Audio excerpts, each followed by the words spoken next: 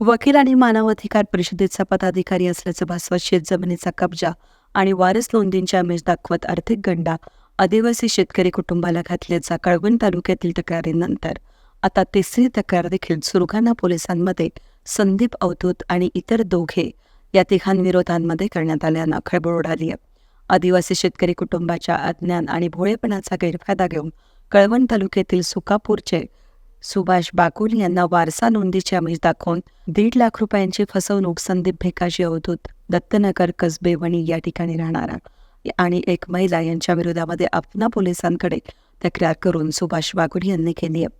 या पाठोपाठ वरखेडातील आनंदा काळू पवार यांना शेती क्षेत्राचा कब्जा घेऊन देतो असं भासवत संदीप अवधूत यांनी 90,000 रुपयांची फसवणूक केली आहे. दोन्ही प्रकरणांची चौकशी आपना पोलीस करत असून अल्पभूधारक आणि मोलमजुरी करणाऱ्या सुरगाणा तालुक्यातील धोडांबे शिवारात असलेल्या शेतजमिनीला सोनूबाई गांगुर्डे यांच्या नावाची नोंद करण्यासाठी वकील असल्याचं सांगून संदीप अवधूत आणि एका अज्ञात महिलेविरुद्ध 1,20,000 रुपये घेतले आणि वारसा नोंद केली नाही आणि पैसे परत दिले नाहीत.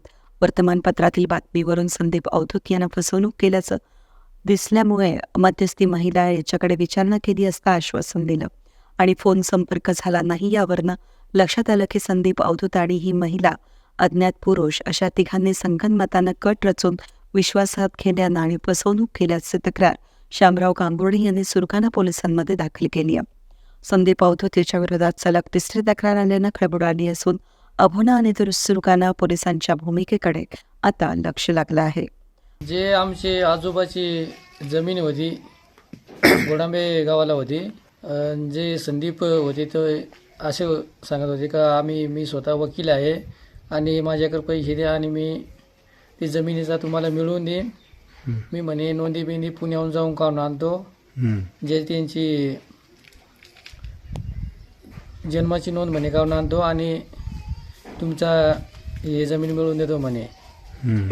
मग पहिल्यांदा त्यांनी आम्हाकडून 50,000 रुपये घेऊन गेले ते का तुमचं काम मी पुरेपूर करतो.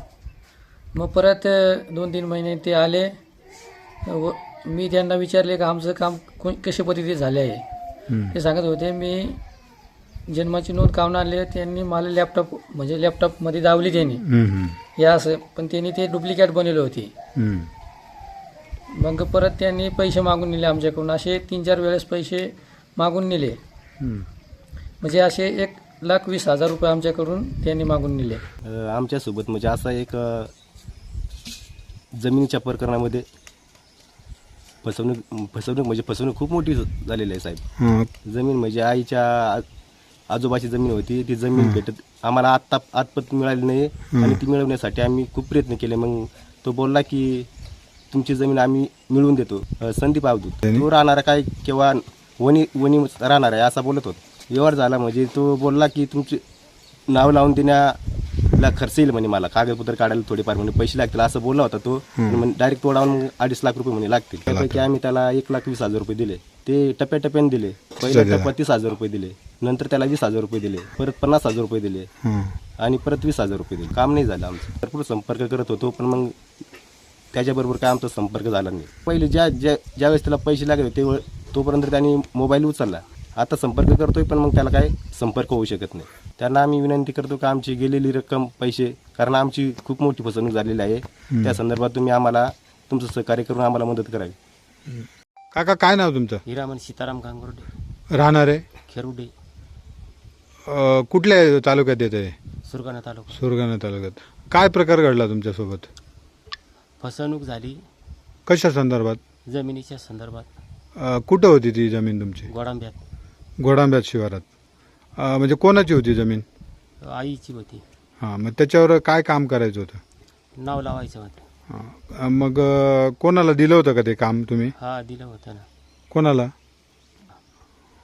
संदीप अवधूत. हां, त्यांनी काय सांगितलं तुम्हाला? का आम्ही नाव लावून देऊ बा. हां, किती पैशांची मागणी केली? 2.5 लाख. तुम्ही त्यांना किती दिले? 21. 1,20,000. हा. आणि काम झालं का तुमचं? नाही. मग त्याला तुम्ही संपर्क केला का? नाही केला. त्यांनी तुमचं काम केलं का? नाही केलं. मग त्याला तुम्ही संपर्क केला? हा केलता ना. मग तो आता फोनच उचलत नाही ना. त्याचे संपर्क नाही होत का? नाही होत आता. या संदर्भात तुम्ही कुठं तक्रार अर्ज वगैरे दाखल करणार आहात? कुठं तक्रार दाखल केली? सुरगाणा. सुरगाणा पोलीस स्टेशनला. काय सांगाल, पोलीस प्रशासनाला काय विनंती कराल? का आमचे गेलेले पैसे परत मिळवून द्या. कारण की आमचे छोटे छोटे मुलं आहेत, तर त्यांना आज कपडे भेटते, उद्या भेटतेही नाही. आम्ही पैसे पण आमच्याकडे नाही. त्या माणसाने येऊन आमची फसवणूक करली, आमच्याकडून पैसे घेऊन गेले. पोलीस प्रशासनाला काय विनंती कराल ताई? तर ताई, आम्ही असे बोलणार की साहेब, आमचे पैसे गेलेले परत मिळवून द्या. कारण की आम्हाला पोराला शिक्षणाला पैसे नाही, काही नाही. मग काय करायचे आम्ही पुढे? शेतीत पण काही पिकत नाही. मी काय त्यांना बोलू की तुम्ही पण असेच पुढे साहेबांना जाऊन बोला की ही अशी फसवणूक होत असेल तर पैसे काढण्यासाठी हे माणूस येतंय सारखं.